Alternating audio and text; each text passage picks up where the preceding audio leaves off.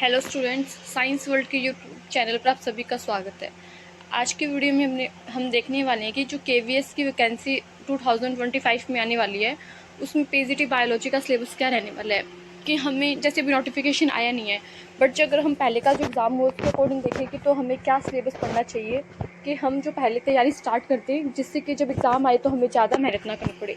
Almost syllabus I think यही रहेगा, कुछ ज़्यादा चेंजेस नहीं होंगे, क्योंकि इसमें 11th एंड 12th को पूरा कवर किया हुआ है बायोलॉजी को। तो टॉपिक हट सकते हैं बट जुड़ने के चांसेस कम ही हैं। तो अब देखते हैं सिलेबस के क्या था पहले का सिलेबस और हमें उसके अकॉर्डिंग कैसे अपनी प्रिपरेशन स्टार्ट करनी चाहिए, और आगे जो सिलेबस आएगा फिर उसको भी डिस्कस करेंगे। अब देखते हैं सबसे पहले क्या पीजीटी बायोलॉजी के लिए हम सिलेबस देख रहे हैं। ये जो है, जो सबसे पहले है डाइवर्सिटी ऑफ लिविंग वर्ड। सबसे पहले टॉपिक दिया हुआ है हमें डाइवर्सिटी ऑफ लिविंग वर्ड में। आगे फिर उन्होंने क्या दिया, सब टॉपिक्स दिए हुए हैं कि जैसे इसमें हमें क्या पढ़ना है, टैक्सोनॉमिक एड्स जो है वो पढ़ने हैं, क्लासिफिकेशन पढ़ना है, बाइनोमियल सिस्टम को पढ़ना है। अगर इसमें हम देखें तो इसमें मेनली हमें क्या पढ़ना है कि अगर आप देखोगे तो 11th क्लास की एनसीईआरटी, मैं साथ साथ में आपको बताती चलूँगी ये चैप्टर काम पे हैं। जो 11th क्लास की एनसीईआरटी है, 11th क्लास के एनसीईआरटी में जो chapter first, second, third and fourth हम मान सकते हैं, क्योंकि फर्स्ट वाले चैप्टर में ये बाइनोमियल क्लासिफिकेशन का थोड़ा सा वहाँ पे इसको डिस्कस किया हुआ है। सेकंड वाले में 5 किंगडम सिस्टम को दिया हुआ है। थर्ड में पूरा प्लांटी को डिस्कस किया हुआ है। फोर्थ में पूरा एनिमल टैक्सोनॉमी है, जिसमें फाइलम, नॉन कोर्डेटा और ये कोर्डेटा पूरा दिया हुआ है।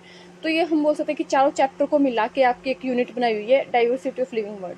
तो जब आप ये एनसीईआरटी 11th के चारों चैप्टर कंप्लीट करोगे, फर्स्ट, सेकंड, थर्ड, फोर्थ, तब जाके आपका ये जो एक टॉपिक है, हम बोल सकते हैं एक जो यूनिट है डाइवर्सिटी ऑफ लिविंग वर्ड, वो कंप्लीट हो जाएगा। तो इसके लिए मेनली आपको ये एनसीईआरटी 11th के, ये 11th क्लास के एनसीईआरटी है, उसके आपको 4 चैप्टर पढ़ने हैं, तब जाके आपका क्या हो जाएगा, ये यूनिट कंप्लीट हो जाएगी। नाउ अब हम सेकंड देखते हैं। सेकंड यूनिट में क्या है, structural organization in plant and animals. ये सेकंड यूनिट का नाम दिया हुआ हमें कि हमें स्ट्रक्चरल ऑर्गेनाइजेशन पढ़ना है प्लांट एंड एनिमल्स का।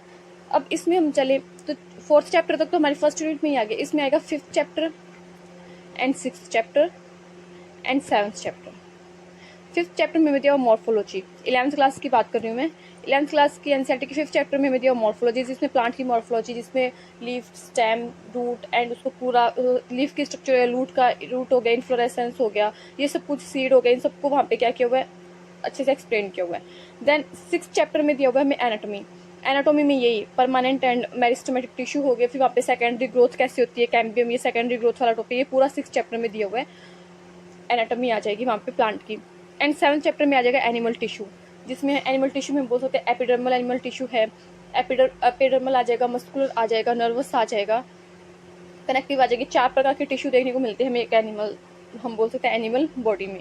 तो वो सारे वहाँ पे दिए हुए हैं, और उसमें कुछ हमें एनिमल्स की भी हिस्टोलॉजी पढ़नी है। जैसे एनिलिडा, एनिलिडा में हम बोल सकते हैं हमें दिया हुआ है यहाँ पे वो अर्थवर्म दिया हुआ है, एनिलिडा में अर्थवर्म दिया हुआ है। एम्फीबियन का यहाँ पे दिया हुआ है फ्रॉग, और इंसेक्ट का दिया हुआ है कॉकरोच। ये तीनों एनिमल्स हमें दिए हुए हैं वहाँ पे।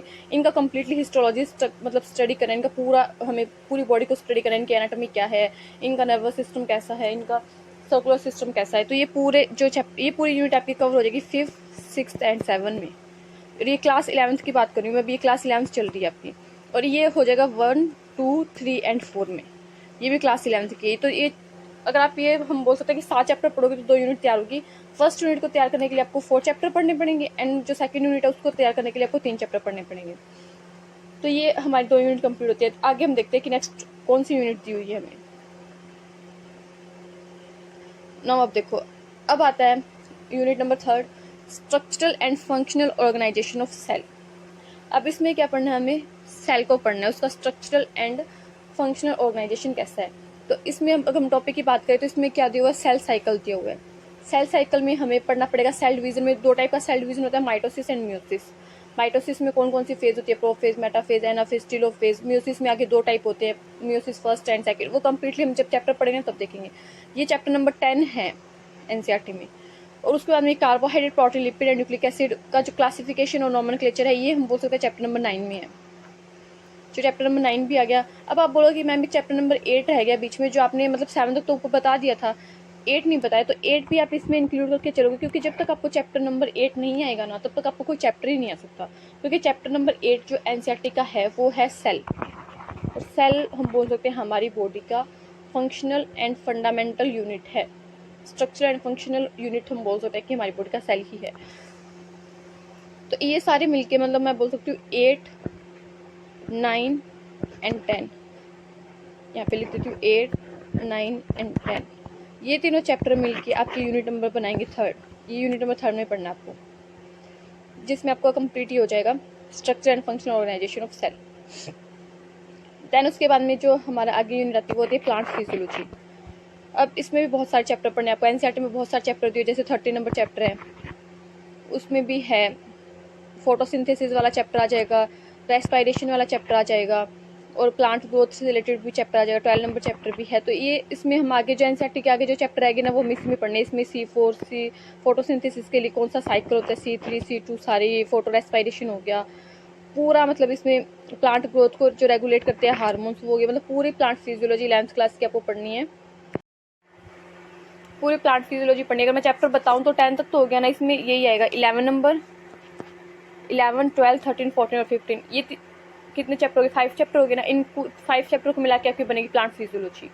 तो अगर आप देखोगे तो 11th क्लास के एनसीईआरटी में टोटल 22 चैप्टर दिए हुए हैं, उसमें से 15 चैप्टर तक तो यहाँ पे आ गए, और अभी हमने यूनिट देखी है 4। अब आगे नेक्स्ट यूनिट जो है वो है ह्यूमन बॉडी से रिलेटेड, उसको देखें। ह्यूमन बॉडी से रिलेटेड ये जो यूनिट है इसमें क्या आ जाएगा, पूरी ह्यूमन बॉडी को पढ़ना है, उसकी मॉर्फोलॉजी एंड एनाटॉमी, उसकी फिजियोलॉजी भी। यहाँ पे फिजियोलॉजी में हम देख सकते जैसे डाइजेशन आ गया कि ह्यूमन में डाइजेशन कैसे, तो पूरा इसका 16 नंबर जो चैप्टर है वो डाइजेशन का ही है। 15 से आगे इसमें आ जाएंगे सारे 22 के चैप्टर। रेस्पिरेशन 17 नंबर चैप्टर है। Then body fluid 18 number chapter है, body fluid and circulation. Excretion वाला 19 नंबर चैप्टर है। स्केलेटल सिस्टम 20 आ जाएगा। ये मस्कुलर, इसमें स्केलेटल सिस्टम नर्वस वाला 21 है, और ये हाई एल्टीट्यूड फिजियोलॉजी अगर मैं इसमें देखूँ एंडोक्राइन सिस्टम तो वो 22 में आ जाएगा। मतलब जो बाकी के सारे चैप्टर बच गए वो ह्यूमन बायोलॉजी में आ जाएंगे। इसको हम बोल सकते हैं ह्यूमन फिजियोलॉजी भी बोल सकते हैं। एनसीईआरटी में इसको ह्यूमन फिजियोलॉजी करके दिया हुआ है।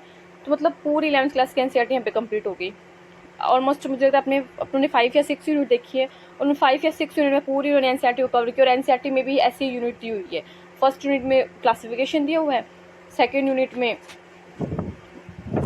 में वो हम बोल सकते हैं मॉर्फोलॉजी एंड एनाटॉमी को दिया हुआ प्लांट की। थर्ड वाली में वो सेल वाला आ जाएगा, और उसमें वो कार्बोहाइड्रेट वाला आ जाएगा, और वो जो फोर्थ है उसमें प्लांट फिजियोलॉजी आ जाएगा, एंड जो 5th यूनिट है उसमें ह्यूमन फिजियोलॉजी आ जाएगा। तो ये पूरी यूनिट जो है एनसीईआरटी की वही यहाँ पे लिखी हुई है, उनको ही पूरा सिलेबस में दिया हुआ है। उसके बाद में जो स्टार्ट होता है वो हमारी होती है क्लास 12th स्टार्ट। अब देखिए आगे तो इसमें क्या स्टार्ट होगा, अभी हमारा क्लास 12th स्टार्ट होगा, जिसमें पढ़ना सेक्सुअल रिप्रोडक्शन। ये भी आपकी 12th क्लास के एनसीईआरटी का, सॉरी ये 11th कंप्लीट होगी ना, 12th क्लास की एनसीईआरटी चलेगी। उसमें आपको 3rd number chapter and 4th number chapter पढ़ना होगा इसमें। और इसमें प्लांट का भी दिया हुआ है ना, तो फर्स्ट और सेकंड भी इसी में ही आएगा, क्योंकि इसमें पूरा प्लांट का एंड जो एनिमल का हम बोल सकते हैं कंप्लीट इकट्ठा ही दिया है सेक्सुअल रिप्रोडक्शन। तो फर्स्ट, सेकंड, थर्ड, फोर्थ चारों के चारों चैप्टर आएंगे आपके इसमें, इस यूनिट में। तो आप एनसीईआरटी के 12th क्लास के एनसीईआरटी के first, second, third, fourth chapter complete करते हो तो आप ये पूरी यूनिट तैयार कर लोगे। सारे टॉपिक उसमें दिए हुए हैं कि गिफ्ट हो गया, यहाँ पे जो गिफ्ट ये सब कुछ दिया हुआ है, जो हम बोल सकते हैं कि असिस्टेंट ह्यूमन रिप्रोडक्टिव में टेक्नोलॉजी जो है कैसे हेल्प करती है, तो वो सारा यहाँ पे आ जाएगा। देन उसके बाद में देखते हैं नेक्स्ट। अभी मैं ना इसको इतना डीपली नहीं बता रही हूँ आपको, एक एक पॉइंट को, एक एक टॉपिक को डिस्क्राइब करके, क्योंकि उसमें बहुत टाइम लगेगा सिलेबस को देखने में। अभी मैं आपको बता रही हूँ कि आपको पढ़ना कैसे है। अभी मैं आपको एक ओवरव्यू दे रही हूँ कि हाँ ये चैप्टर आपको यहाँ से तैयार करने है। मैंने पूरा बता दिया कि चैप्टर का मतलब नंबर बता दिया मैंने आपको कि ये चैप्टर ये इस वाले में है। 11th क्लास की एनसीईआरटी पूरी ऊपर कंप्लीट होगी, यहाँ से 12th की स्टार्ट हुई है, और उसमें भी इन्होंने प्लांट का एंड एनिमल का साथ में दिया हुआ है। तो प्लांट एंड एनिमल जब साथ में है तो first, second, third, fourth chapter आपको इकट्ठा करना पड़ेगा, तो आपकी एक यूनिट कंप्लीट हो जाएगी। और अगर आपको ज़्यादा डिटेल में जानना है कि मैम अगर आप एक टॉपिक को कम्प्लीटली बताओ तो आप मुझे कमेंट कर सकते हो, तो मैं फिर उसके अकॉर्डिंग एक नया वीडियो बना दूंगी, जिसमें कि क्या होगा कंप्लीट मतलब एक एक यूनिट के एक एक टॉपिक को मैं आपको अच्छे से एक्सप्लेन करूँगी। आगे देख लेते हैं कौन सी यूनिट है इसमें। नेक्स्ट आ गया जेनेटिक्स। अभी 12th क्लास ही चल रही है। अब इसमें जेनेटिक्स में आगे देख सकते हो 4th नंबर चैप्टर हो गया, तो 5th से आप आगे यहाँ से स्टार्ट कर लो। इसमें राइबोसोम और प्रोटीन कैसे ट्रांसक्रिप्शन होता है, कैसे ट्रांसलेशन होता है, ये सब कुछ इसमें दिया। म्यूटेशन कैसे होता है, पॉइंट म्यूटेशन हो गया। अभी इसमें देखो कैरियोटाइप दिया हुआ है, सेक्स डिटर्मिनेशन कैसे होता है, मतलब पूरा का पूरा जो आगे 5th and 6th number chapter है ना, वो हम बोल सकते हैं इसमें दिया। न्यूक्लिक एसिड का फंक्शन कैसे होता है, तो ये आपको उसके आगे तैयार करना है। नाउ नेक्स्ट देखिए।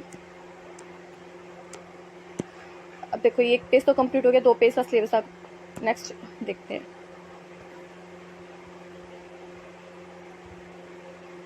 ये पूरी की पूरी यूनिट वही चल रही है आगे भी। इसमें डीएनए फिंगरप्रिंटिंग कैसे होगा, डीएनए फिंगरप्रिंटिंग भी दिया हुआ है। मतलब हम देखें तो पूरा का पूरा जो आगे है ना 5th 6th चैप्टर, वो सारा का सारा इसमें दे दिया। और इसमें ओके, इसमें 7th नंबर चैप्टर जो इवोल्यूशन वाला है वो भी दिया हुआ है कि इसमें देखो कॉस्मिक इवोल्यूशन हो गया, physical basis of life, theory of origin of life जो ओपेरन एंड हेल्डन ने दी थी वो भी। तो मतलब 7 नंबर चैप्टर जो इवोल्यूशन वाला है वो भी आपको इसी में ही कंप्लीट करना है। तो ये पूरी 5th 6th and 7th number chapter को मिला के आपकी आगे वाली यूनिट तैयार हो जाएगी। अगर आगे देखें हम,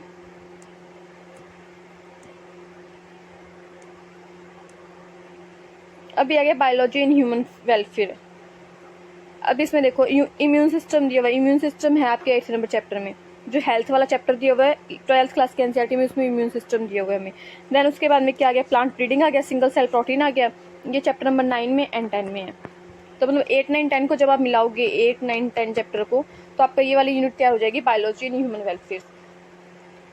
जब आप वहाँ पे देखोगे ना तो आपको एनसीईआरटी में सारे के सारे टॉपिक मिल जाएंगे। ये कोई भी ऐसा टॉपिक नहीं होगा जो आपको नहीं मिलेगा। नेक्स्ट देखते हैं आगे यूनिट।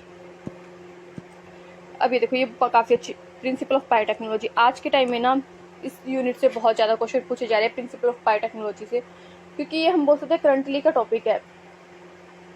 जब कोई चीज करंटली होती है तो उससे बहुत ज्यादा क्वेश्चन पूछे जाते हैं कि आज के टाइम में हम कैसे खुद को हम बोल सकते हैं कि एडवांस तरीके से हम जो टेक्नोलॉजी को यूज कर रहे हैं ना, वो इसमें ये प्रिंसिपल ऑफ बायोटेक्नोलॉजी में ये 11th एंड 12 नंबर चैप्टर में दिया हुआ है कि क्लोनिंग वेक्टर आ जाएगा, इसमें प्लाज्मिड आ जाएगा, प्लाज्मिड में PBR 322 जो आप पढ़ोगे ऐसे करके, जो फर्स्ट आर्टिफिशियल प्लाज्मिड है उसमें वैक्सीन एलिजा आ जाएगा, PCR आ जाएगा, polymerase chain reaction, biopiracy and जो बायोथिक एथिकल इश्यूज होते हैं, GEAC पढ़ोगे, GEAC genetic engineer approval committee, जो क्या करते हैं इनको अप्रूवल प्रोवाइड करवाते हैं कि आप इस टाइप के कुछ भी हम बोल सकते हैं कि मैनिपुलेशन कर सकते हो जीन्स में, क्योंकि ऐसे ये हम बोल सकते हैं ना कि लीगल नहीं होता है वैसे तो उस तरीके से ये सारा प्रिंसिपल ऑफ बायोटेक्नोलॉजी में आ जाएगा 11th और 12th नंबर चैप्टर। जब आप 12th क्लास के एनसीईआरटी का रीड करोगे तो ये पूरी की पूरी यूनिट जो आपकी वहां से तैयार हो जाएगी।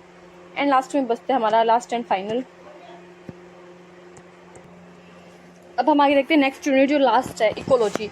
अब इसमें आप देखोगे तो इकोलॉजी में आगे हमने जो चैप्टर देखा 12th के बाद में 13, जस्ट 1 मिनट, 13, 14, 15 एंड 16 नंबर जो चैप्टर है वो इकोलॉजी की। अगर आप ये चारों चैप्टर तैयार करते हो तो आपकी एक यूनिट तैयार हो जाती है। इसमें आपको आप देख सकते हो न्यूट्रिएंट साइकिल, जो इसमें कार्बन साइकिल आ जाएगा, फॉस्फेट साइकिल दिया हुआ है, इसमें गैसियस और नॉन गैसियस साइकिल दिए हुए हैं, जैसे इसमें प्राइमरी प्रोडक्टिविटी आ जाएगा, कुछ पिरामिड को इसमें मतलब एक्सप्लेन किया हुआ है, food chain and food web करके ऐसे टॉपिक्स हैं इसमें।